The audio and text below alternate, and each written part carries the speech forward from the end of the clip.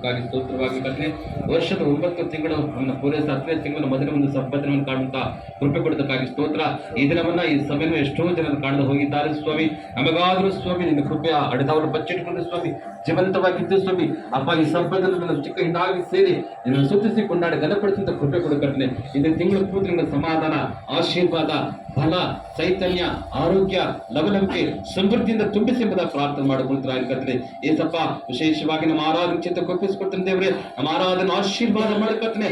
ಆರಾಧನೆ ಹಾದಿಯು ಅಂತ್ಯವು ಮಧ್ಯಸ್ಥವು ನೀನಾಗಿದ್ದುಕೊಂಡು ಸ್ವಾಮಿ, ಹಾಡಿನ ಮುಖಾಂತರವಾಗಿ, ವಾಕ್ಯದ ಮುಖಾಂತರವಾಗಿ, ಪ್ರಾರ್ಥನೆ ಮುಖಾಂತರವಾಗಿ, ವಿಜ್ಞಾಪನೆ ಮುಖಾಂತರವಾಗಿ ಸ್ವಾಮಿ ನೀನು ಮಹಿಮೆ ಅಂದುಕೊಂಡು ಮನಂತರ ನಮ್ಮೆಲ್ಲರೂ ಆಶೀರ್ವದಿಸಬೇಕೆಂಬ ಪ್ರಾರ್ಥನೆ ಮಾಡಿಕೊಳ್ತಾರೆ ಕರ್ತನೆ.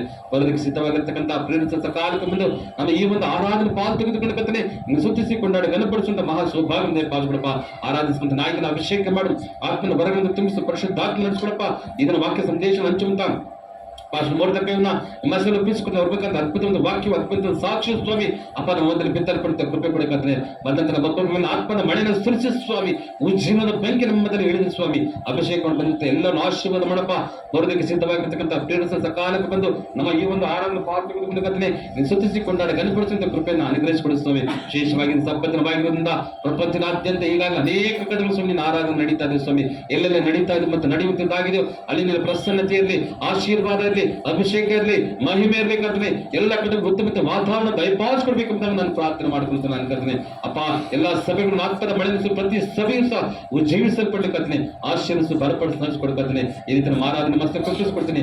ಆದಿಂದ ಅಂತದ್ದು ನಮ್ಮ ಸಹಾಯ ಕ್ಲೀನಾಗಿದ್ದುಕೊಂಡು ಆಡಿದ ಮುಖಾಂತರ, ವಾಕ್ಯದ ಮುಖಾಂತರ, ಪ್ರಾರ್ಥನೆ ಮುಖಾಂತರ, ವಿಜ್ಞಾಪನ ಮುಖಾಂತರ ಕರ್ತನೆ ನೀನು ಮಹಿಮೆ ಎಂದುಕೊಂಡು ನನ್ನ ಆಶೀರ್ವಿಸಿ ಬಲಪಡಿಸಿ ನಡೆಸಿಕೊಡ್ಬೇಕೆಂಬುದಾಗಿ ನಾಜರೇತರ ಯೇಸು ಕ್ರಿಸ್ತನ ಪರಿಶುದ್ಧ ನಾಮದಲ್ಲಿ ಕರ್ತನೆ ಪ್ರಾರ್ಥನೆಯನ್ನು ಬೇಡಿ ಹೊಂದಿದ್ದನ್ನು ಪರಲೋಕದ ಪ್ರೀತಿಯನ್ನು ಪರಮ ತಂದೆ ಆದ ದೇವರೇ.